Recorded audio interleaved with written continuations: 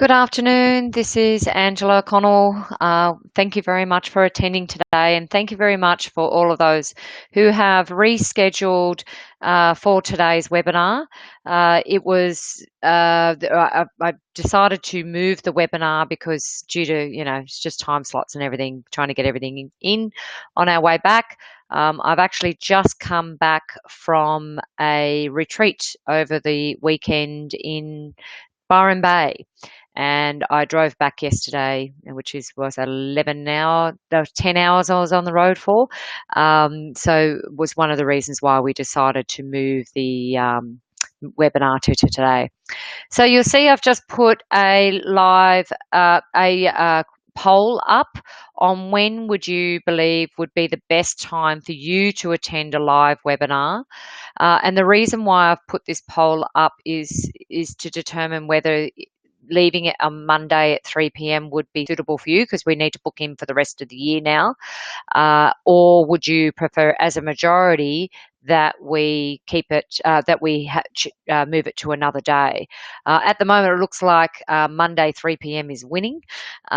We have 50% of the participants who are online right now who wish to have the webinar kept on a Monday at 3 p.m.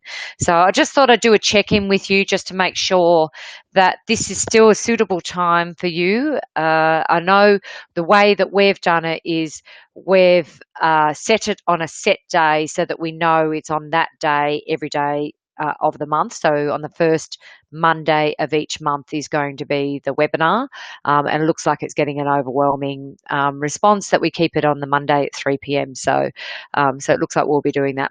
That works in well for our schedule because we've actually scheduled them already in for the remainder of the year. But I just thought I'd throw it out there and just make sure that everyone else on this webinar, they agree with that, and that's their preferred time would be on Monday 3 p.m. So it looks like it's going to keep for Monday 3 p.m. So excellent. Last minute for anybody who would like to put in for that poll. 7, 8, 9, 10, 11, 12. So we've got 12 people who've answered so far, so that's quite good. So we've got 67% who are preferring Monday the 3 p.m. So excellent. Okay, thank you very much for all of those who have voted in the poll. All right, we just have one other poll that I would like to throw out there.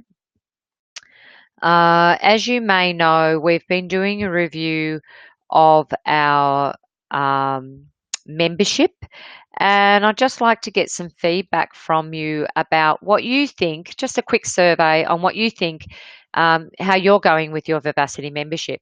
We've got some new memberships that are going to be starting in the next month. We're going to be doing a Cricos membership, and we're also going to be doing a business membership, so more focused on the business side of running an RTO, so marketing, business development, growth, and things like that. So I'd just like to know how you think the current membership is going and whether you're getting the support that you feel that you need. If you are unhappy with any, it looks like we're getting some good results so far, but if you are unhappy or would like further clarification, you can give Jody a call at the office, who's here on Tuesday to Thursday from 10 a.m. to 2 p.m. But you're also most welcome to give any feedback directly to me at angela@vivacitycoaching.com.au. I'll pop that in the chat box as well, because I'd love to hear your feedback. We're also just about to send out a survey that's going to go out to everybody on who are currently members, just to get some feedback on what you think. We're actually sending it out to everybody who's currently a client, just to get some feedback on, in general, what you think about our services and possibly how we might be able to improve our services to be able to assist you in a better way, but also, so just identifying what our weaknesses are and how we could possibly improve any weaknesses that we may have within the organisation. This is something that you should be doing as an RTO. So you have your quality indicator surveys that are going to be due soon. So you need to be submitting. Oh, they're due mid-year. So you are required to send out a quality indicator survey to every single student um, every time they finish a course or before they finish the course, if possible, which you can also do via SurveyMonkey. So the survey that we're going to be sending out will be via SurveyMonkey, where we'll want to get your feedback on how the services that we're providing. And we're highly recommending that our clients use SurveyMonkey for um, doing feedback on quality indicators, but also feedback for industry consultation is an excellent way. We're going to be talking a little bit about industry consultation today. So I wanted to show you what you could possibly do on SurveyMonkey as well, as a way to get feedback for your industry surveys, because what we find is our clients can have some issues with getting feedback for the industry consultation, because if you're doing a paper-based form, it can be quite difficult to get the feedback back from employers that you are wishing to get feedback from. So SurveyMonkey is a quick and easy way that you can email to your mailing list, and then they can then send you feedback online. So it's much easier than them having to fill in a form.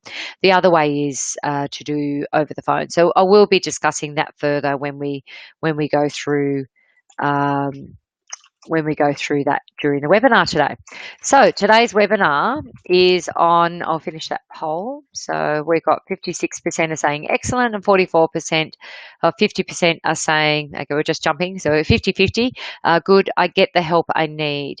So we would like to be excellent all the time. So I'd love to get more feedback on how we could improve our practices. For anybody who just went with good, we'd like to know any feedback that you can suggest on how we can improve our practices, because we're continually improving our practices every year, and we're all the time, actually, we're focused on it all the time. Okay, so that was the poll. Thank you very much for participating in the poll today. So I'm also going to try and get SurveyMonkey up today so I can show you what that looks like, so we can have a look at that. Okay, so today's webinar is on standards 1.1 to 1.6. So 1.1 to 1.4 is all about your training and assessment strategy. So we're going to be looking at how you write and review your training and assessment strategy. So you might currently be a Kickstart client who we're writing your TASs with you. This will give you more information about how we write the TAS and what input we need from you. But you also might be a client who is just doing membership and we didn't actually set them up as an RTO, so you need to write your own TASs. So I'll actually be going through the training and assessment strategies and identifying, well, what do you need in your training and assessment strategy? What information should you be providing in there? And also how to write your training and assessment strategy. So where that information, so you've got training.gov.au, you've also got the units of competencies and the assessment conditions, your industry consultation, so a big focus on the industry consultation and how that's incorporated in. The reason why I've put standards 1.5, 1.6, which is all about industry consultation, in with 1.1 to 1.4, which is all about training and assessment strategies, is because the key component about industry consultation is ASQA want to see how you have got information from industry, identified what improvements they've identified and the feedback that you've received from them, and how have you incorporated that into your training and assessment strategy to improve your practices. So the main reason why ASQA and the standards state that they need you to undertake industry consultation is so that you are incorporating that into improving your training and assessment strategies. So there will be a big focus on that today, where we'll be looking at how you incorporate your industry consultation into your training and assessment strategies.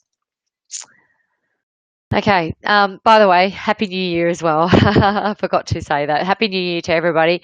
I hope you all had a brilliant break. I know I had a really good break. Really enjoyed my holiday break, and ready and raring for another big year at Vivacity for this year. So, as per usual, this webinar forms part of your continuous improvement process under Standards 2.2. Following this webinar, you should hold a Q&C meeting, a quality and compliance meeting, and include in your minutes that you attended this webinar and what improvements have you identified following watching this webinar, and is it that you need to make some adjustments to the policies and procedures, or is it that you need to make some adjustments to your practices so that they're more in line with the policies and procedures? As per the policies and procedures for continuous improvement, you should undertake a review of the policies and procedures to ensure that your organisation is following the processes. But as I said, if your process is different and it's the way that you want to run your organisation, by all means, you can adjust the policies and procedures within these standards if they are more suitable for your RTO. You should also review any documentation relating to the standards that we're going to review in today's session. I'm going to be going through a few pieces of documentation today that is part of standards 1.1 through to 1.6, which is looking at the training and assessment strategy, delivery and assessment plan, staff matrix. We're also looking at the validation schedule, industry consultation, training needs analysis. So there's a few forms that we're going to be looking at with the training and assessment strategy to identify what is the best way to write your training and assessment strategy. If you have any questions during the session, please post them in the chat box on the left-hand side. I'd love to hear your feedback. And as I go, I will be reading the chats in the left-hand side. So I will address your questions as we move along through the webinar.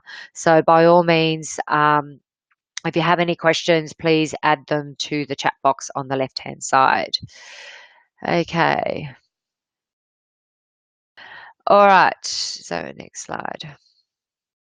Okay, standards 1.1 to 1.4 is all about training and assessment strategies and what should you include in your training and assessment strategies.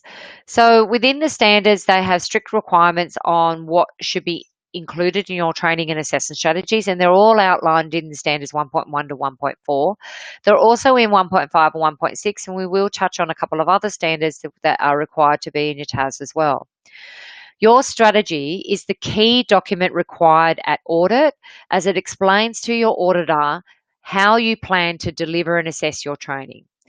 I cannot emphasize this enough. Your training and assessment strategy is the most important document within your organization with regards to audits, but also with regards to continuous improvement within your organization of how you are delivering your training and assessment.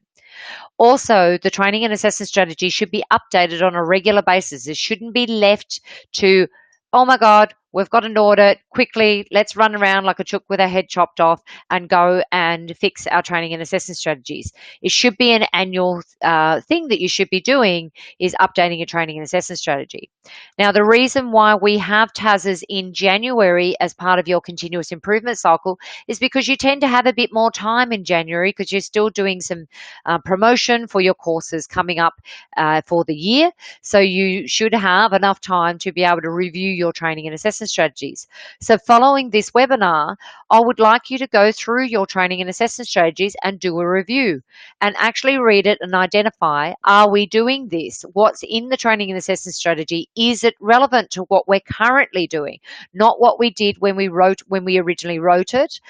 If you're an initial registration, we're still going through the process. So initial registration, it would be, is this relevant to how we plan to deliver and assess? If you're an existing RTO, what you should be doing is reviewing your training and assessment strategy and identifying, what do we need to do to improve this? Are we still delivering it this way? Are we delivering it a different way now? Have we changed the hours? Have we shortened it? Have we lengthened it? Have we included online component? Have we changed the trainers and assessors? Do we need to do a review of our staff matrix as well?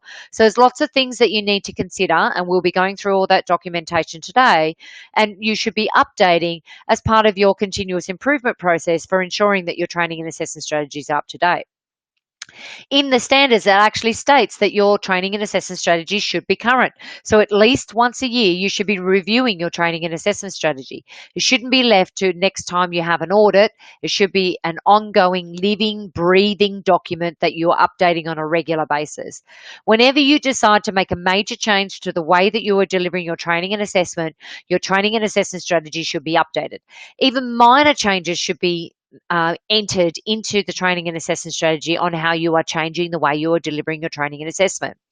Your training and assessment strategy isn't just a document that you use for audit. It's also a document that you should issue to your new trainers and assessors or existing trainers and assessors as part of their induction process. Because the training and assessment strategy tells the trainer and assessor, this is how you want the training and assessment to be delivered. This is how the industry consultation that you've undertaken, the feedback that you've received, and what you've identified, and how to improve the training and assessment practices. And you want this training and assessment to be delivered in accordance with the feedback that you've received. So it's a really important document in your organisation as part of your induction process for your trainers and assessors. And whenever there is a change to the way that the training and assessment is to be delivered, the training and assessment strategy should be updated, and then your trainers and assessors should receive a copy of that training and assessment strategy. It's a document that all trainers and assessors should have access to, so that it's clearly defined to them how you want the training and assessment to be delivered, not how they want it to be delivered or how they know it should be delivered, like the way they delivered it for another RTO or the way that they assessed for another RTO. It's how you want it to be delivered and assessed. Now, the other thing is that you should also get your trainers and assessors to review your training and assessment strategy when you are going through a review process, like at this time of the year, because who better to get feedback from than your trainers and assessors? More often than not, bigger training organizations, what they will do is they will actually get their trainers and assessors to update the training and assessment strategy. So that's another strategy that you could have in place, is that you get your trainers and assessors to review the training and assessment strategy, and then make sure that you go through it and identify that that is actually in line with what you want to do. Okay, so I think we've gone through that. It is the most important document in your organisation. So now we're going to have a quick look at the training and assessment strategy. I'm just making sure there's no chats. No, there's nothing there. So I'm going to share my screen. Okay, yes, there is content manager. Yep, and I'm just about to pop up the TAS document so you can have a look at that.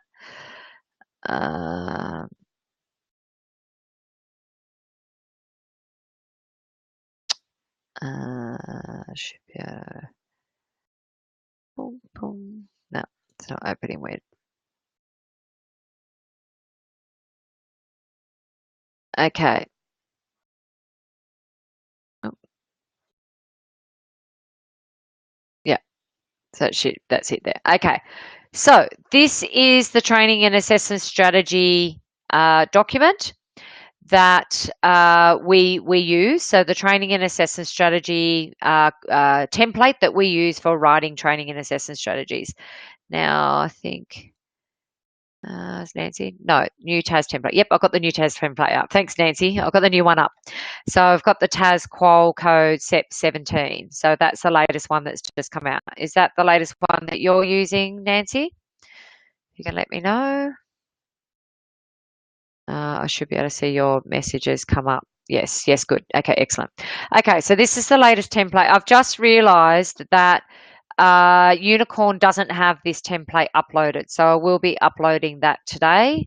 So you will be able to access this template from Unicorn today. So I'll have to go through all of the different packages. So I'll start with Kickstart, go through to the other packages and membership, so that you'll get access to the training and assessment strategy. Okay, so this training and assessment strategy is a template that we've developed over many, many years. So it's something that we commenced.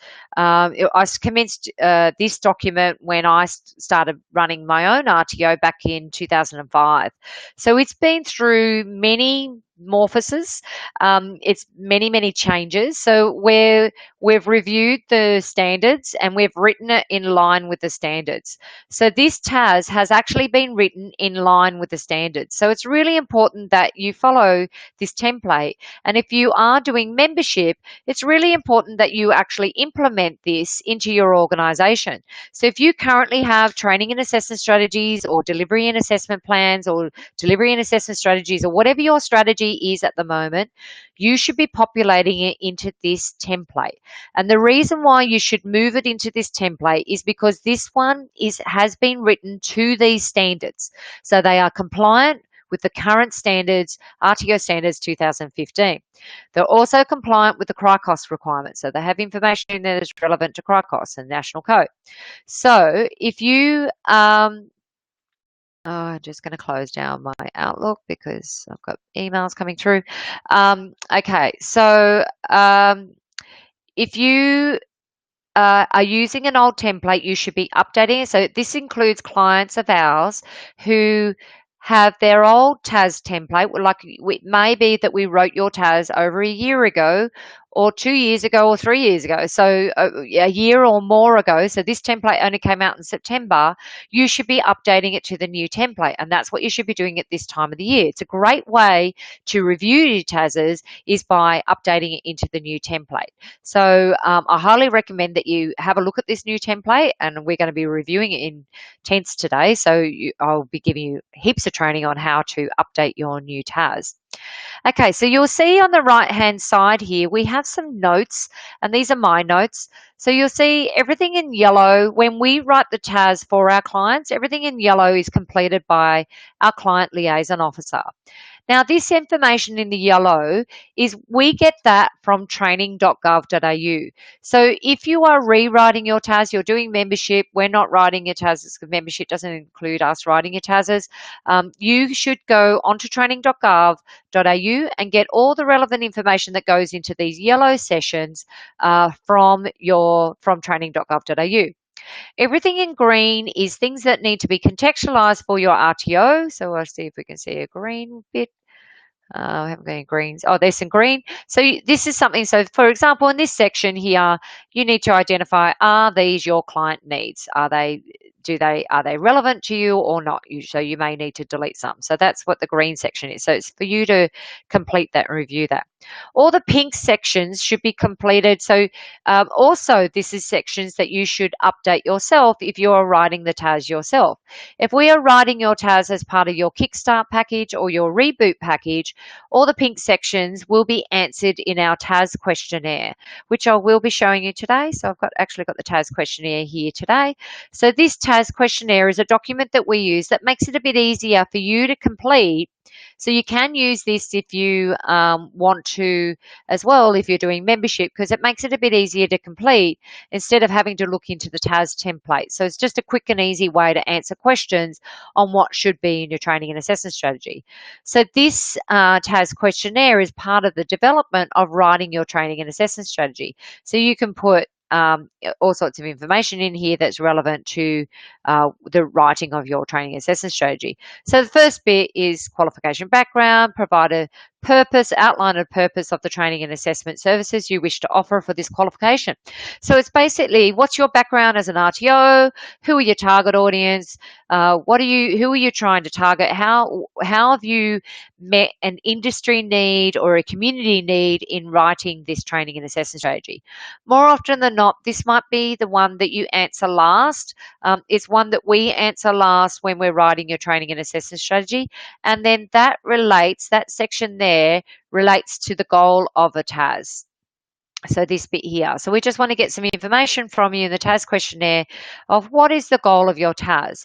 So you'll see I've got here, what is your goal for offering this training and assessment? Start with your learners. Who are they?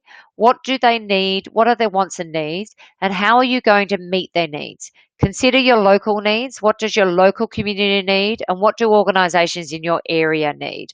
So that's a good way to actually identify, well, what shortages are you meeting here with looking at identifying what does your industry and your community need? Here we just list the electives, which you can get from training.gov.au. What is the rationale behind why you have chosen the electives that you have chosen? So you choose the electives there. So what that means is why did you choose these electives and not all the other electives that are available out there? Now, possible answers to that could be that you chose these electives to meet a certain target audience requirement, which is generally what it should be. Then the other one could be that you're meeting another regulatory body requirements. For example, it might be in New South Wales, the security industry regulatory body is SLED, which is under New South Wales Police. They have 2 extra units that they require the RTO to deliver in order for the student to be able to get a licensed outcome as a security officer. So the rationale why you would choose the electives you've chosen and the 2 extra units is because it meets the requirement for the licensed outcome in your state. So that would be the rationale behind the units that you've chosen for a security qualification. So that's an example of what that means. What specific industry sector are you targeting? So it could be security, aged care, health, it could be childcare, it could be the transport industry, it could be you're looking at something specifically in business. We've got a client who does air crash investigations, so you could put air crash investigations is the industry sector that you are targeting. In this section here is the target client group. So who are the typical candidates you will be targeting for the training? Now we've got ticky boxes here, but what we're finding with ASQA is they want more information than this now. So I might actually have to change this questionnaire more in line with our TAS. So you'll see in our TAS now, we've changed the background of your client group. So you've got a bit here. So we have identified through consultation with industry and the local community, the following client group will be the target for this training. So we've just elaborated a bit more than what was in that TAS questionnaire. So existing workers who have over 3 years experience and wish to upgrade their skills, existing workers. So what we do is we delete these sections that are not relevant to you. Now, more is not better. So I'll go back through that as I go through each one. I'll just backtrack a little bit here. So I've got the goal of the TAS. Everything in yellow is from the training package, so we don't need to worry about that. We're going to you should put your electives in here. What is a core? What is an elective? What are the nominal hours for delivering that training? What is the self-paced hours? So what are you expecting the students for each unit of competency to spend time in their own time to complete tasks? So that would include assessment tasks. It'll also include self-paced learning, reading, online learning, watching webinars, watching videos and things like that. And that should be clearly identified in your delivery assessment plan. What is your self-paced hours? Face-to-face hours are pretty simple. So for each unit, how many hours are you going to deliver that unit over?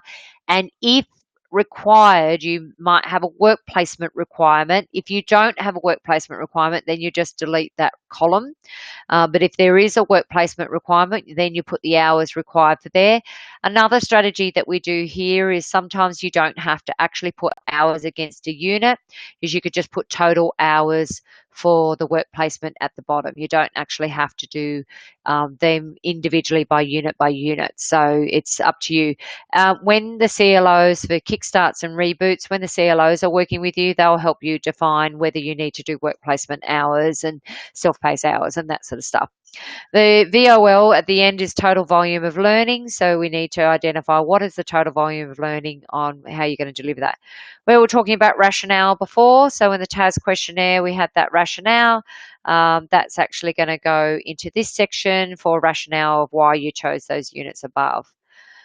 If you have any license outcomes for your qualifications, for example, the security license, so if you're doing certificate 3 in security operations, there is a license outcome that comes from that. You'd put all the information about the license outcome in this section here under licensing requirements. If you don't have any licensed outcomes, so there's no other regulatory body that these students will need to be aware of, or the trainer would need to be aware of, then you can just delete this row. You don't have to have the licensing requirements in here. Anyway, here you'll see I've got MKTG. Anywhere where I've got MKTG and I've highlighted the boxes, so you'll see there's a highlight in there, that means this should be in your marketing materials. In order to meet the standard 4.1, which is all the requirements for your marketing, you should have everything to do with marketing in your marketing material. So in your marketing material, you must include your unit code and title on there, and you must include any license outcomes on there. So whenever I come across the asterisks here with the marketing, I'll explain that a little bit further. Okay, back to the questionnaire. So with the questionnaire, we've got the target client group. So as I had explained, the target client group, we've gone a bit more defined in here. Now, one thing that I would state is don't go with every single one of these in here. So what we recommend is that you choose a specific target audience. You shouldn't have every single one of these different types of target audience as your target audience. Now, the reason why is ASQA don't want to see that you are trying to target everyone. They want to see that you've targeted your training specifically for a target audience and who is that target audience. So they want to know who they are. Now, the reason why they want you to do that is because they want you to ensure that the delivery of your training and assessment is actually going to meet the needs of your community and target audience. So they want to see that you have identified who your target audience is, and that I'm just going to be saving this as a template now, so I'm just going to do that. They want to identify that you have no, I won't be able to save that now.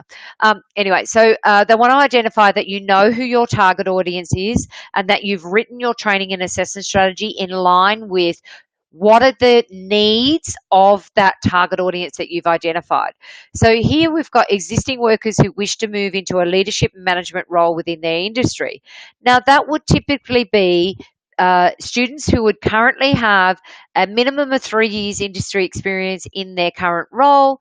They have 3 years industry experience in a leadership or management type role. So if they have that, that would mean that you could reduce your volume of learning hours, and you could also change the way for your delivery structure. If you're dealing with new entrants, so school leavers and or new entrants to the workplace who wish to gain a qualification for the purpose of getting a job, that's going to be a totally different delivery method.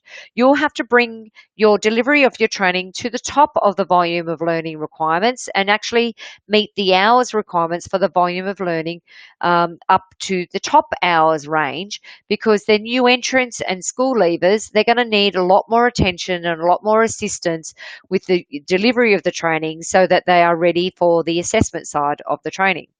Your ASQA would also expect that when you are working with school leavers and new entrants, that you would be spending more time with them with face-to-face training, because they're new entrants. They don't know what they're doing. Your trainers and assessors need to be spending more time with them to make sure that they have a better understanding of how to apply these skills and knowledge in the workplace. And more importantly, that they are competent and that they have had a variety of time that has been spent on applying the skills. So they're not only learnt the theory, they're able to put it into practice, and they've had a number of opportunities to put that into practice face to face in the training room or online in the training, or whatever the method is that you're going to be delivering the training, that they've had lots of opportunities to practice using those skills within the workplace or practice in a scenario environment. So it's really important when you choose the target audience that you don't choose anybody willy-nilly, because the auditors are going to be expecting to see that your assessment tools and your training, the way you're delivering the training, is going to meet the needs of that target audience that you've identified. So school leavers would require more hours. Existing workers who have already got experience would need less hours. They could do a lot more of their assessments on the job, whereas school leavers and new entrants don't have the opportunity to be able to do it on the job. So you need to make sure that you've got plenty of time in the workplace or in the classroom where they can have simulated environments for practicing the skills and knowledge that they've learned. So it's really important when you go through the target audience, that you truly identify who is your target audience. Now, if you're initial registration and you don't actually have a target audience right now, just choose ones that you believe will be your target audience. If you don't have all of these in there in your TAS, it doesn't mean that you can't capture all of those students when you deliver the training. Because more often than not, what will happen is you'll capture more students regardless of what you have in your training and assessment strategy. When you go to review your training and assessment strategy, you should go back through and actually identify in your TAS, these are our actual target audience, or has that target audience changed since we wrote the training and assessment strategy? So it's really important to identify when you're rewriting the training and assessment strategy, who are our typical target audience now? Who are we typically having in the classroom? If you're a new entrant, you should be envisaging who would be your typical students. So it's crystal ball stuff when it's initial registration because you don't know exactly who those students are going to be. But when you're crystal balling it, you should be doing it as close as possible and using your industry consultation to identify who would be your typical target audience when you're delivering this training. So part of the questions in the industry survey is around who do you believe are the people who need this? I'll go through the industry survey and identify that a bit further with you, but there's some questions in there that helps you identify who are your target audience when you're delivering this training. Okay, I emphasize that quite a bit because this is where we get a lot of problems with our clients, where they're not actually addressing who are their target client group because they want to capture more than what is listed here. But what we're doing is we're writing the training and assessment strategy for the majority of people that you would have in the classroom so that you can really develop your training and assessment and the way you're going to deliver that training and assessment to meet the needs of that target audience. If you have lots of target audience, there's going to be a lot more that you're going to need in your training and assessment. So the way you assess. So for example, having existing workers in the same classroom as new entrants, you're going to have different assessment methods for those different learner cohorts. And the reason why is because existing workers are going to have a lot more skills and knowledge. They're going to get very bored if you are delivering training and assessment to at that lower level for new entrants and school leavers. So it might be that you have the school leavers come in 4 days a week, but you have the existing workers only come in 2 days a week in the same class. So that is one strategy that you can come up with where you can combine a class. The other one is you might need to adjust the assessments so that the existing workers can complete the assessments in the workplace, whereas new entrants and school leavers are highly likely not going to have a workplace where they can complete assessments in the workplace. So hopefully that explains it a bit further on why you need to be very specific with who is your target audience. So when we go to the TAS, that's the target audience there. So we're looking at there. So you should also be really identifying what are the existing skills and knowledge of your current students. So what are they required to have in order for them to enroll in this course? So what reading and writing skills should they have? Do they need to have outstanding oral communication skills, or do they just need a basic understanding of oral communication skills? It might be that they require a lot of skills and background in numeracy and mathematics. So, for example, for hairdressing, where you've got to measure different mils for your hairdressing solution, you would need some sort of mathematical skills. Then if you're going to data and analytics, there's going to be a much more extensive mathematical skills that the students would be required to have before they enter into this course. Because if they don't have these skills and knowledge before they enter into the course, they're going to struggle whilst they're in the course. So you need to identify to what level would their numeracy and mathematics skills should be. So this should be customized for your specific target audience, so who they are. Your selection criteria. So you should identify what is the selection criteria required for your students prior to course commencement. For example, their willingness to complete a police record check. So you need to notify them that they will need to do a police record check, and are they willing to do that? Willingness to complete a working with children check. So some industries require a police record check and or a working with children check. So you need to ensure that the students are well informed prior to course commencement that they will be required to undertake a police record check, and they'll also be and or may be required to undertake a working with children check. Are they required to have relevant prior skills and knowledge, employment, training? So, do they need a minimum of 3 years industry experience working in the workplace? So, you need to identify what is it that they need to know. Now, this selection criteria helps us with the volume of learning because it identifies, are we able to reduce the hours of the volume of learning? Because, particularly this bit, are they required to have relevant prior skills and knowledge before they entered into this course? So you can lower the amount of hours required for them to complete the course because they've got existing skills and knowledge that is required to before they enter this course. I'll just give you an example of that. We've got a client who is delivering drone licensing. With the drone licensing, the majority of the students that they've got two training and assessment strategies that we've written. One target audience is new entrant students who are currently at school. So they've got more hours for the delivery of the training, and it's going to be delivered over a 1 year period. The other target audience is going to be people who require a license for a drone in order to do their other job, their main job. So it could be an architect, it could be an engineer, someone in the mining industry, someone working in agriculture, where they need drones to be able to go in and instead of having to put scaffolding up a building in order to inspect a building, they can have a drone go to that building to inspect the building and take video footage of that building. So it might be a crack in the side of the building. So they will need a drone license so that they can operate the drone license. Now, typically with this other target audience is they've already got an existing qualification and are highly likely, more likely to have higher ed, so a degree. So engineer, for example, would have an engineering degree. So we can reduce the nominal hours or the required hours to deliver this course because they have existing skills and knowledge and they already hold another qualification. Now, I've just got a question. So, what was that question? With one of our courses, it is a requirement that student completes a course with us, then go to the Department of Transport and Main Roads, to which they are required to complete a police check with the Department of Main Roads. Would I need to add this into the selection criteria? Yes, because they need to be aware of that prior to course commencement. They need to be aware, you need to be clear and transparent to your students prior to course commencement. What is their selection criteria? As part of so you may not need them to do a police record check in order for them to complete the course like security does, but I'm assuming that's truck licensing that you are talking about there, Rebecca. So with truck licensing, they will need to do a police record check later, or it might be taxi driving or something like that.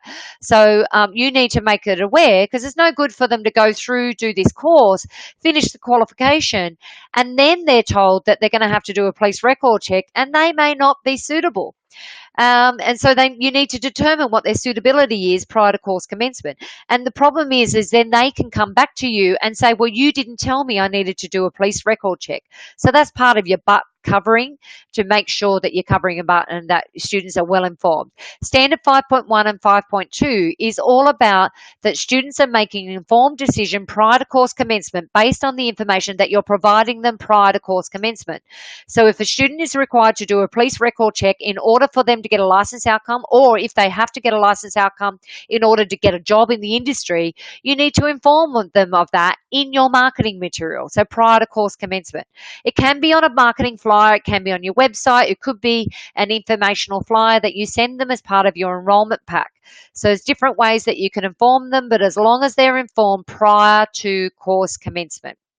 Hope that answered your question, Rebecca. Okay, client needs. So this one here is more identifying, great, thanks Rebecca. Client needs here are more identifying, do they have low language and literacy? Is English a second language? Do they require flexibility of training? So that's just some needs that we've identified here. These are just typical needs that we've identified. You might identify a specific need for your target audience, so you might want to add to this, but these are typical ones that you can use. What we've also added here is a column, meeting the needs of our students. These are some examples of how, and these are in line with our policies and procedures in the Quality and Compliance Manual, on how you would meet the needs of those students. So first of all, you're looking at what are the needs that are identified and how will you meet those needs. So as an RTO, what will you do to ensure that you're assisting those students with meeting those needs? There may be in some cases where physical or mental disability may be may not be allowed. They may not be able to complete the course with a physical or mental disability. For example, if you're delivering Provide First Aid and you have a student in a wheelchair, they cannot actually meet the license outcome in order to get a first aid certificate. They also don't meet the performance criteria and the assessment conditions of the unit of competency because they need to be able to get themselves down and up off the floor in order to do complete CPR as part of the assessment requirements. So we would take out this row if you are doing first aid as one of your units. So that's just an example because they would need to be able to have be physical.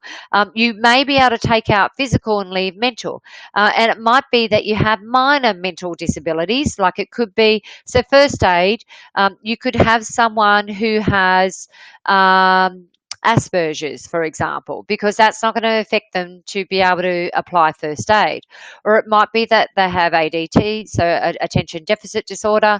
So it may be that, or it might be that they're colorblind. So that's another one. So that's a physical type of one as well.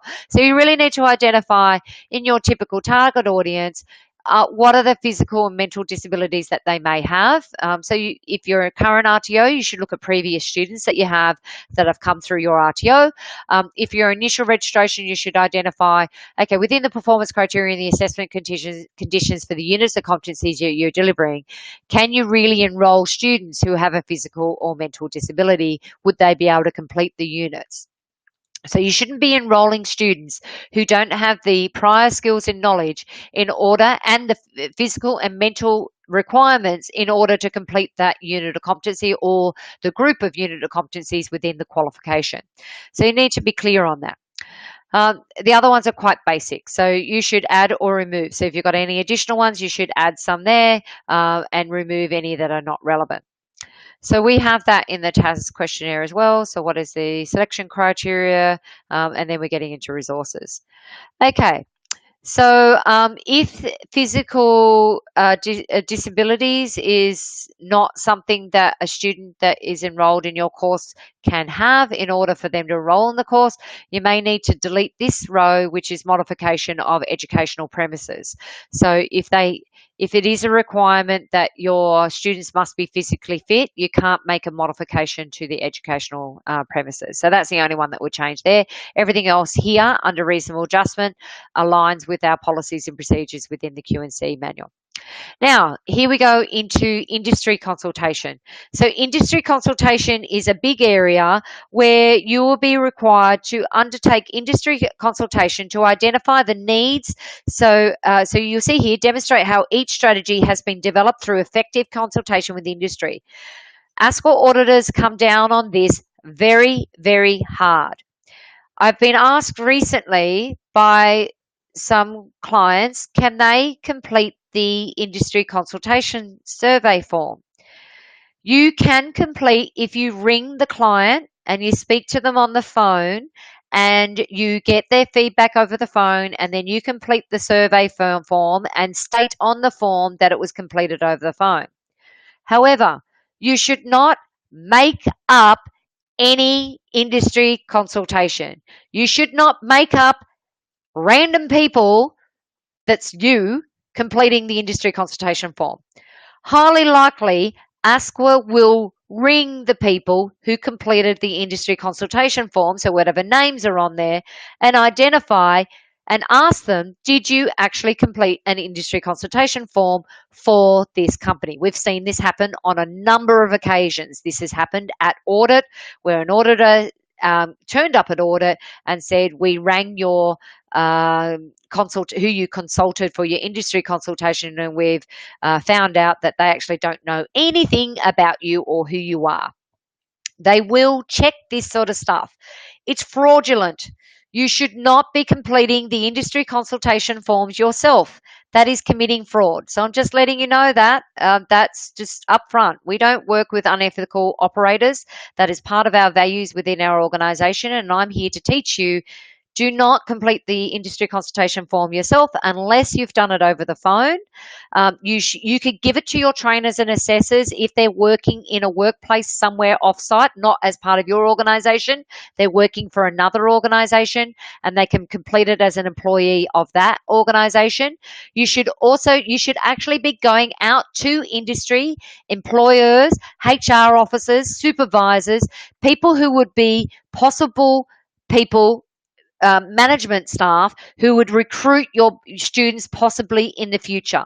So you are identifying from these people what is it that they need in your training and assessment in order for you to deliver the training and assessment to meet their industry needs. Now, I know I'm running out of time. I've got 10 minutes left. So I just wanted to make an emphasis on the industry consultation. So we've got a range of methods of consultation that you should be undertaking on a regular basis.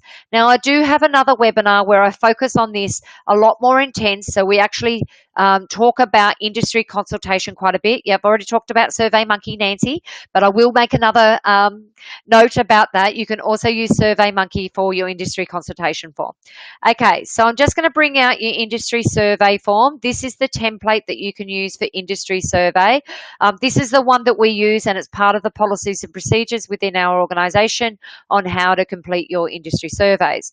So what ASQA want to see is they want to verify that you actually got real people to complete these surveys.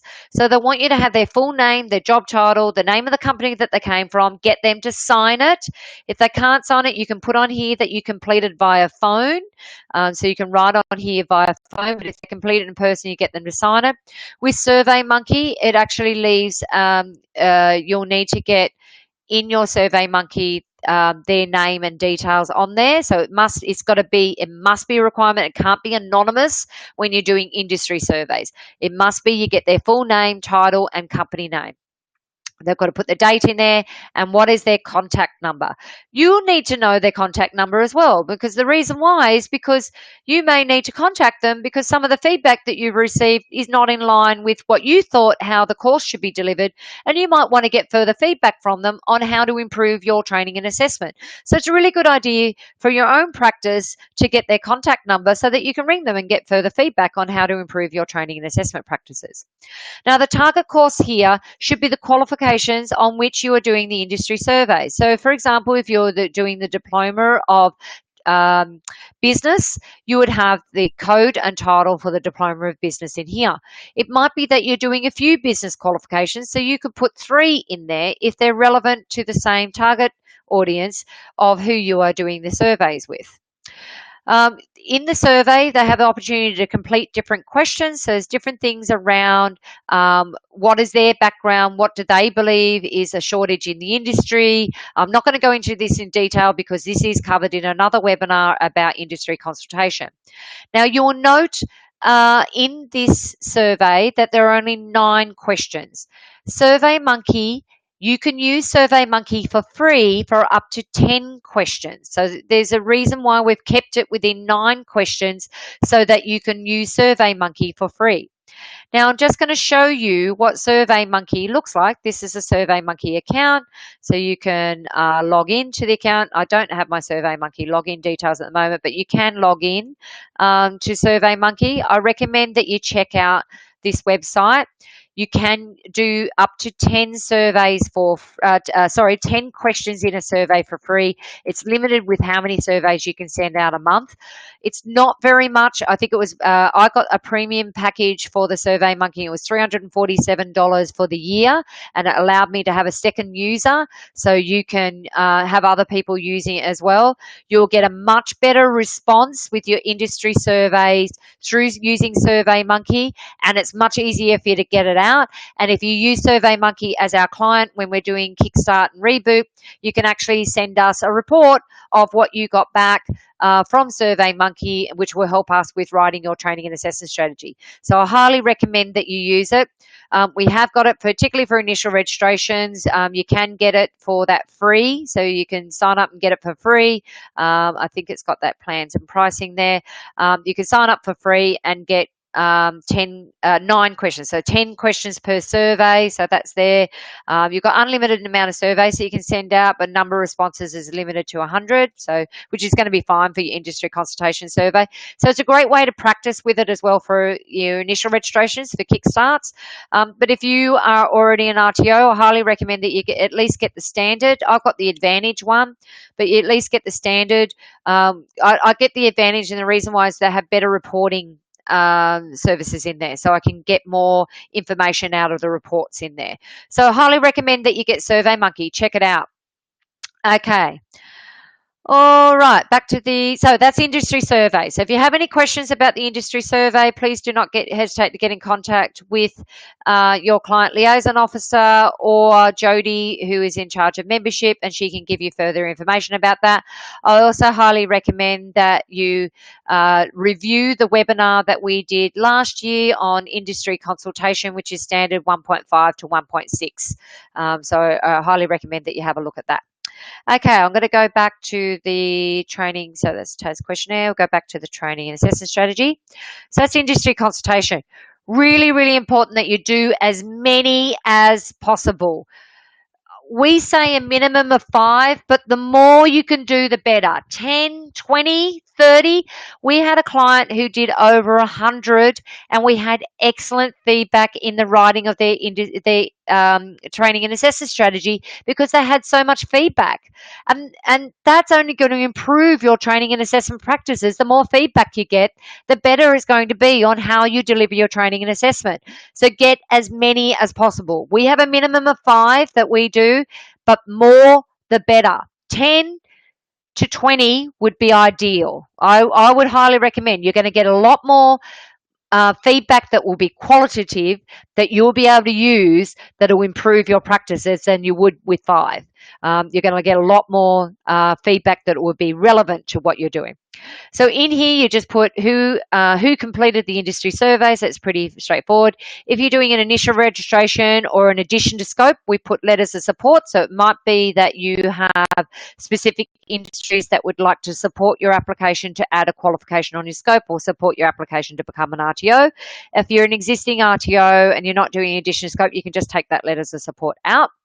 Undertake a training needs analysis. These are mainly going to be people who are already working with industry, who can actually go to their industry and do a training needs analysis specifically with a company or organization that they're working with right now.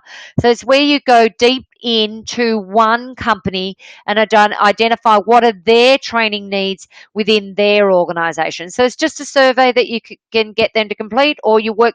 The best way I find is to do it face to face with them or on the phone, so you can complete these questions in there. It's a really good way to get opportunities for more work into the future by doing a training needs analysis.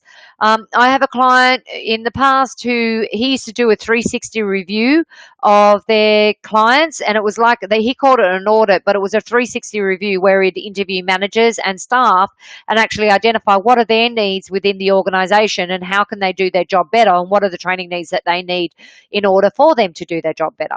So that's where you should put the information about training needs analysis. Any other feedback that you received from industry, you can pop it in here. It could be from regulators, it could be from associations, it could be from student feedback that you've received. You can pop that in there as well. So it's all sorts of other feedback that you've got from consultation. Sorry, that's not that section. You can put those in there. This bit here is from all the consultation that you've completed. What is the feedback that you receive? So it should be bullet points of what feedback you receive. For example, we prefer that this course is delivered at night time on a Wednesday night. And then you address the feedback here. So here you go, okay, I know industry said that they want it on a Wednesday night, but that doesn't suit us because our trainer and assessor is not available on a Wednesday night. So that's how you address the feedback. It could be that the feedback was that we prefer that the students have experience in this specific equipment, and the feedback, addressing your feedback, you put in, we've now included this specific equipment in our training and assessment due to the feedback that we received from our industry. So that's feedback from consultation. This section here, the feedback from consultation, addressing feedback, the more the better. Half a page minimum each. Minimum half a page for feedback from consultation, minimum half a page addressing feedback.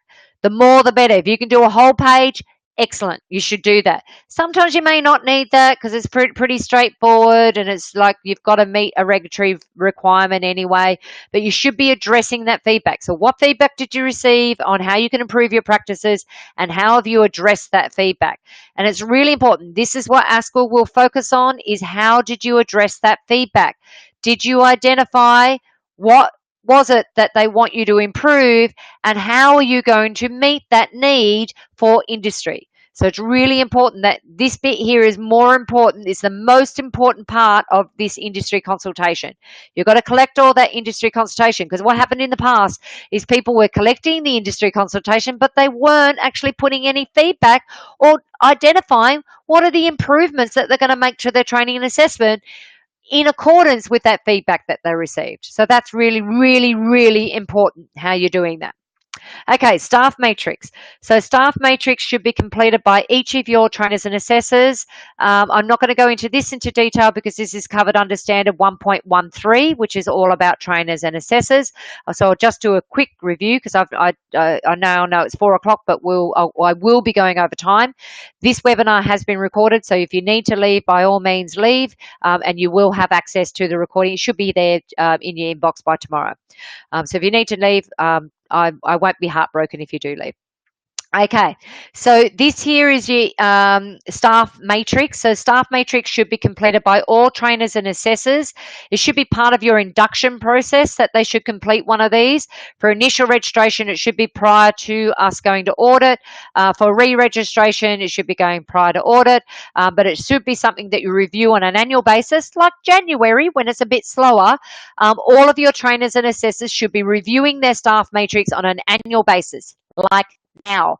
Email their previous staff matrix or email them the new template that we've got here that you can download from Unicorn and get them to complete this. And they just put their details, their name, what they're doing, what qualifications are they delivering. So code and title of the qualifications that they're delivering should go in here.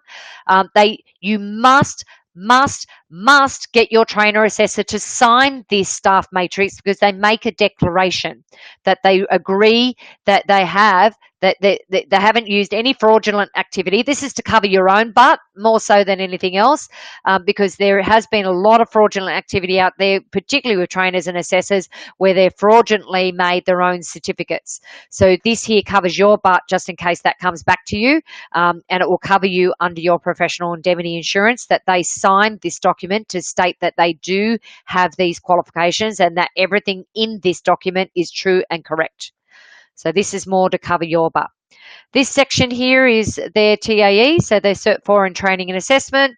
You need to insert here the RTO name, the date that that certificate was issued. So where did they get this certificate? Who was the RTO? Really good idea to put the RTO ID in there as well, so that we know what the RTO ID is, and you should be looking up that RTO as part of your verification. So that's this section here. So you should put the date in there. How did you verify? So the verify is here. So you rang the RTO, you looked it up on TGA, so it should be more than one. So you should have RTO and TGA. You called a referee to verify, and or you looked up usi.gov.au, depending on how long ago they did their certificate. So if they did it within the last, since 2015, it should be on usi.gov.au. This is the strongest method of verification. So if you can verify by USI, I highly recommend that you do it that way. As a minimum, all trainers and assessors must hold the Cert 4 in Training and Assessment, TAE 40110, and by April 2019, as a minimum, they'll have to hold Certificate 4 in Training and Assessment, TAE 40116. So if you haven't done it already, all of your trainers and assessors should be upgrading their qualification now. They should be starting the process to update the qualification. I personally, if I was running an RTO right now, I'd be telling all your trainers and assessors, if they do not have the upgraded qualification by April 2019, they do not have a job.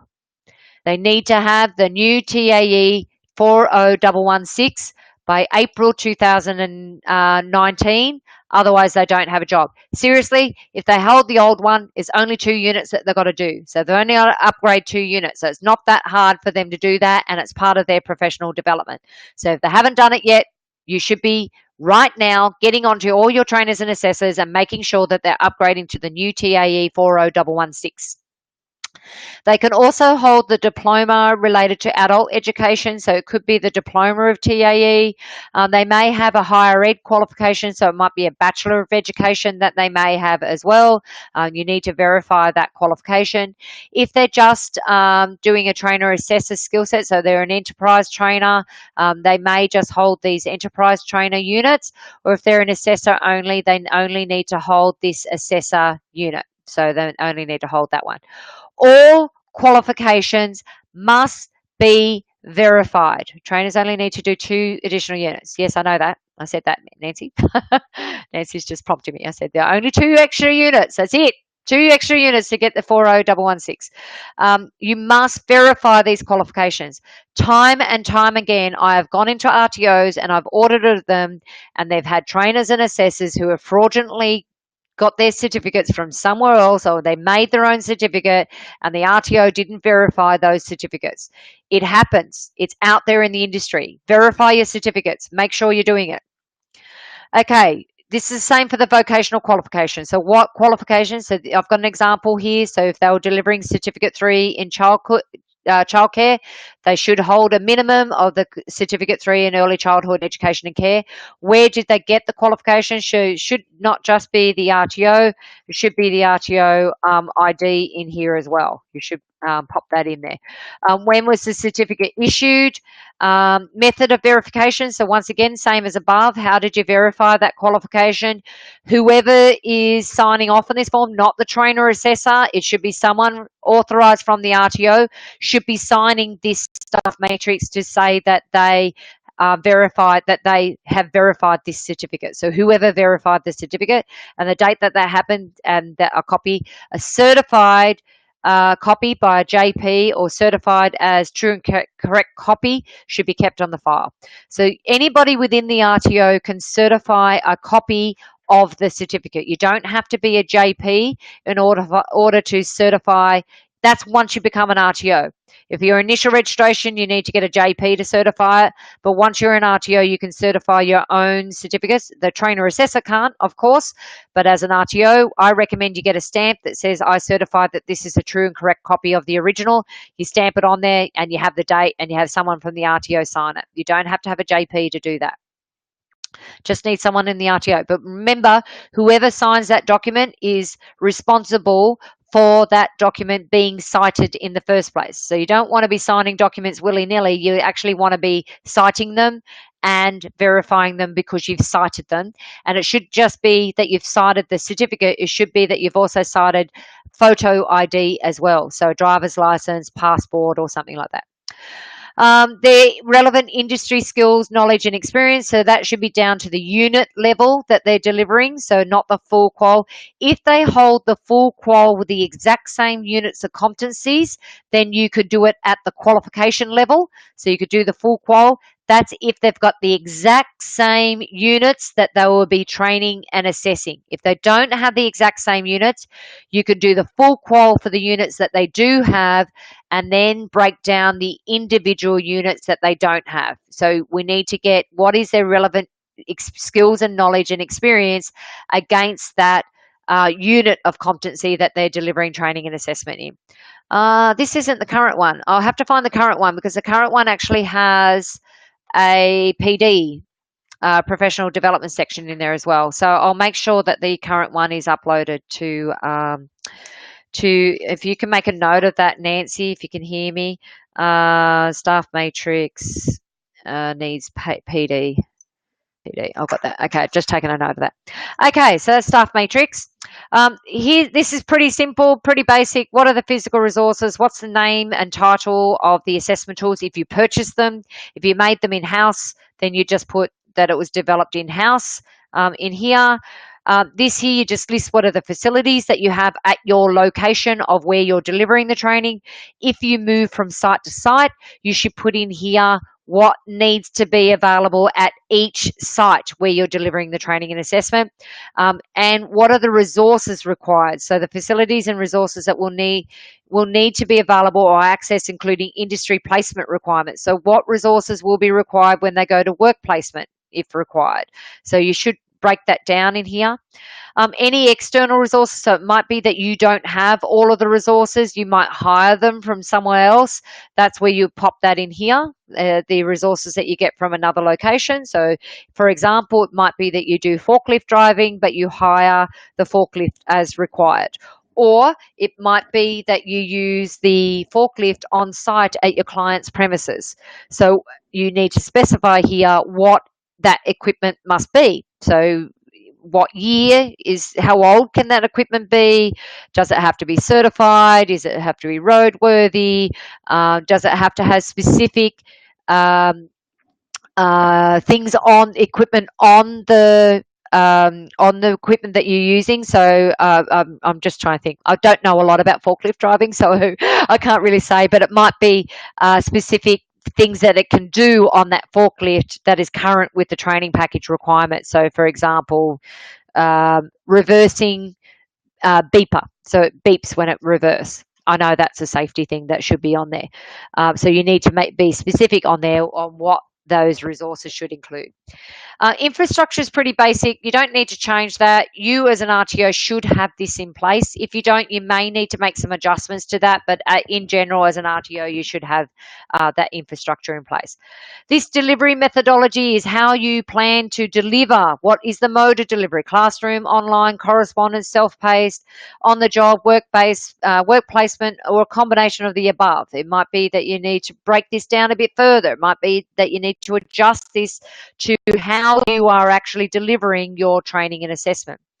This section here is all about your course fees. So what are your course fees? Do you have a payment plan? It might be that they're going to pay their full fees up front.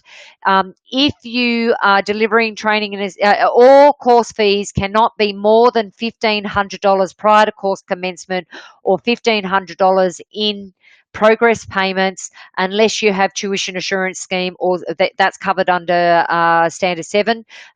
We won't be talking about that today, but that's part of the course fees. This section here, so you'll see here it's got marketing on it, would also go on your course flyer. Your delivery structure, so how you plan to deliver this training, so how many days per week, how many hours per week, how many weeks in total, how many years, you need to put that in there. If you need to have a simulated work environment, so some units require you to have a simulated work environment. For example, aged care and childcare, you need to deliver some of the training in a simulated work environment, and they've also got to have on-the-job environment as well. Whilst we're talking about work placement, is work placement a component of the course that you are delivering? You need to include that here. What is the facility that they will be doing the work placement in? Do you have an MOU in place, a memorandum of understanding in place with some childcare centres or aged care centres or facilities where the students will do work placement? And we've also put here that the supervisor that supervises a student in the workplace must have a minimum of 3 years industry experience within their position at a same level or a higher level than what the student is completing their course in. They should hold the qualification or have the relevant industry experience in order to be the supervisor. All supervisors are responsible for supervising students within the workplace. I've got that in there, so we'll have that in there. How are you assessing? So we've just put in here what with the assessments, this is the evidence you're going to collect. So performance evidence, knowledge evidence, assessment conditions, assessor requirements. So what are the requirements of your trainer assessor? In order to meet the assessment requirements identified within the unit's competencies, we have or will implement the following assessments. And then these are your assessment methods. So observation, practical skills, oral questioning. This should align with your assessment matrix. So what is your, when you have your assessment or the assessment tools, so what do your assessment tools have? It might be that your assessment tools call it something slightly different. You might need to change the name here. So where it has observation, practical skills, you might need to change that to just observation, or might need to adjust that oral questioning to face-to-face questioning. Whatever you've used in your assessment tool, you should change the name of it here, and also review, is this actually how you're doing it? I've written this in line with what is a typical observation, what is a typical oral questioning, what is a typical written, but you should review this. This is your TAS. You should adjust this to meet your requirements as an RTO. We've got the main part of the template, but you should adjust this to how you are actually assessing. You should have a mapping tool of your assessments, which is mapped against the performance criteria and the assessment conditions within the unit of competencies. Most publishers will have a mapping tool that comes with the assessment tool. Not all assessment tools will have a mapping tool. It is not a requirement of the standards to have a mapping tool, but we highly recommend that you have it because it helps when you're doing validation of your assessments. If you don't have a mapping tool, you can make your own here. So we've got a section in the TAS where you can make your own. So you can put in here what are the different assessment types that you have and put it in here. But what I'd recommend, this is the best method, is to have one where it's actually mapped against the performance criteria and the assessment conditions. You should have a delivery and assessment plan, which will be an attachment. So this is our delivery and assessment plan template. I'm not going to go into this detail because I go into this in detail under standard 1.8, but that's the delivery and assessment plan template that you should be using. Validation process. So as part of the validation, you'll need to have an assess and validation schedule. This is the template we use. Once again, I'm not going to go through this because this is under 1.9 to 1.12. So you'll need to have a look at that when we have a look at that one. So if you need to know more information about that, go to the webinar on 1.9 to 1.11. It is not 1.12 to 1.11. There's more information there, but that's the assess and validation schedule that should be as an attachment. And then monitoring improvement, and that is your TAS. And do we do everything? Yes. I'll just give you an example of completed TAS. I've just got a completed TAS here. I just thought you might want to have a quick squeeze. So this is one that we've done. We've written for a client, so we've got the training package. This is not to the new one, as you can see. I couldn't find a most current run where I could actually delete stuff out of it. So you've got an executive summary, but this section here should be, you know, your purpose, your goal of your training, why you're delivering this training assessment. This has got the packaging rules, pathways, things like that. It's just some examples there. Unfortunately, I can't give this out to you because this is our intellectual property. We can't share that with you. If you would like us to write a training and assessment strategy for you, that's part of an add-on package if you'd like us to do that. We also do it for Kickstart and reboots, but that's just an example of what a completed TAS looks like, and that's questionnaire everything. Okay, all right, that's the end of that. I'll get back to the webinar. Sharing there, so we've got quite a bit there, and that's basically training and assessment strategies, and we've touched into industry consultation as well, because the industry consultation is part of that, but we've also done industry consultation as a separate webinar, so you can look at that further yourself if you need to know more about industry consultation. So key points to developing a TAS is you need to go to look at the training package information on training.gov.au. You need to be very specific with who is your target audience. It's really important that you put in your industry consultation. Who did you consult with? What did you learn? And how have you adjusted the training to meet industry needs? Very, very important. Staff matrix, we've gone through a lot of these already, so I've gone through a lot of those. What you should be targeting is the training package. Go to training.gov.au, look at the packaging rules, look at the foundation skills, the core and the electives, and any licensing requirements that may be required. I've looked at the DAP, and I've looked at the training needs analysis. Volume of learning. Volume of learning is very, very important. I do go into this in detail under standard 1.8 when we're looking at assessment tools, but I'm going to go into this a little bit here because it's really important with your training and assessment strategy that the volume of learning requirements are met.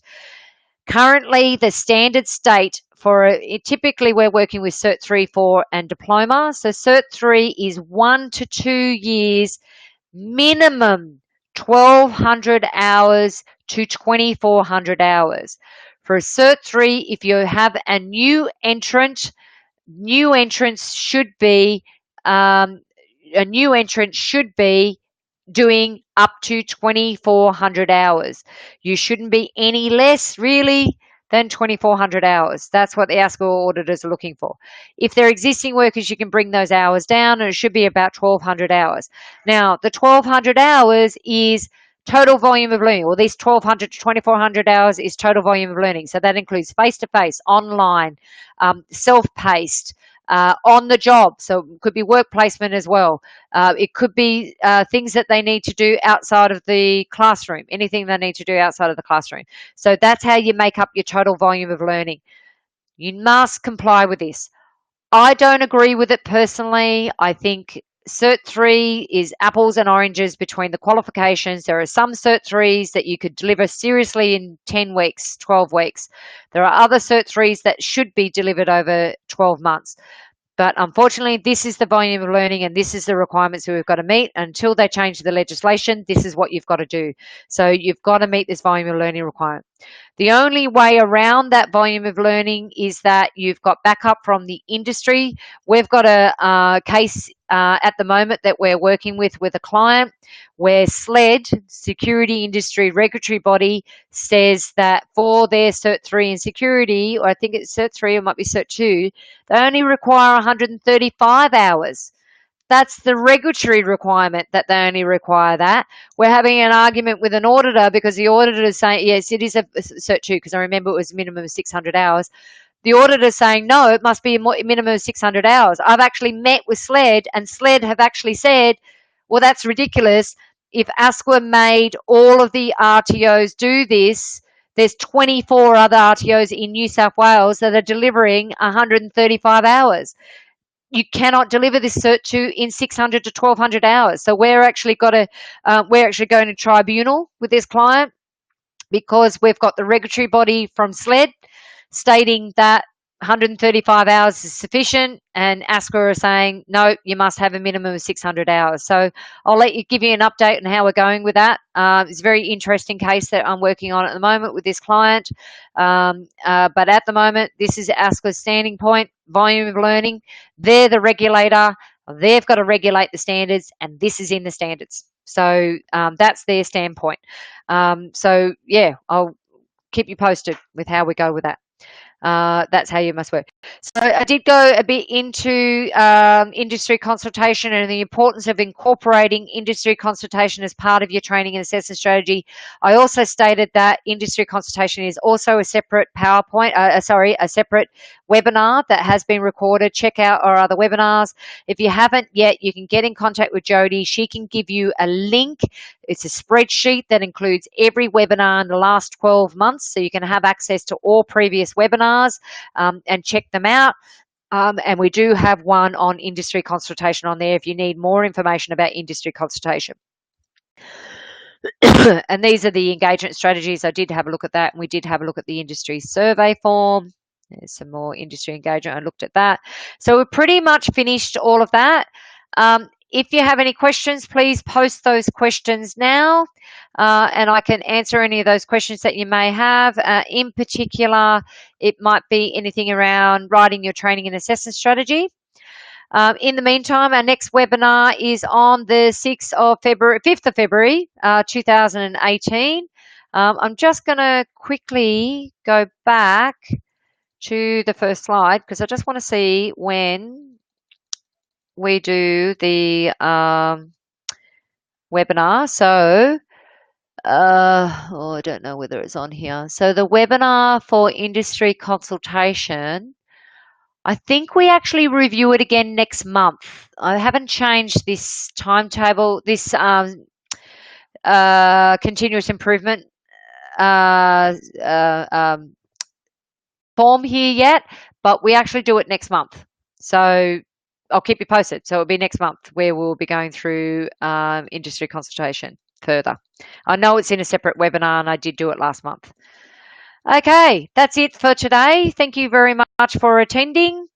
I got an email saying the webinar was yesterday, but another saying it was today. Yeah, yes, I had to change it last minute. Sorry, Paul. And you should have got one yesterday morning, first thing in the morning, to say that the webinar is on today. I hope you didn't turn up yesterday. I'm sorry. I'm sorry if you did. But by all means, we're going to be from that poll. We're going to be keeping them on the Monday. It was just I was unable to make it yesterday. Andrew was asking me about when you wanted to. Oh, okay, I'll answer that separately, Joy. Sorry, I'll be answering that separately. Okay, thank you very much for attending today's session. As per usual, you will receive a recording of this webinar that will be sent to you via email. You should get that by tomorrow. If you need access to all of the other webinars, please get in contact with Jody, and you can go to Jody at Vivacity coaching.com.au and just ask her about access to previous recordings of the webinars, and she'll be able to send that to you. So thank you very much for attending today. I look forward to catching up with you soon. Oh, Jodie's on leave. Yes, she is. But if you email it to her, she'll get back to you next week. She's back next week. So she'll be able to email you the webinars by next week. But just flick her an email. You can do it today and she'll receive it next week and she'll email over you the list. And we'll be able to add this one to it. So we'll add this one to the links on the webinars. Thank you very much for attending today. I look forward to catching up with you. Not very long, 2 weeks, 3 weeks next month, where we'll be going through standard 1.7, which is support services and industry consultation. I'll see you tomorrow. Bye.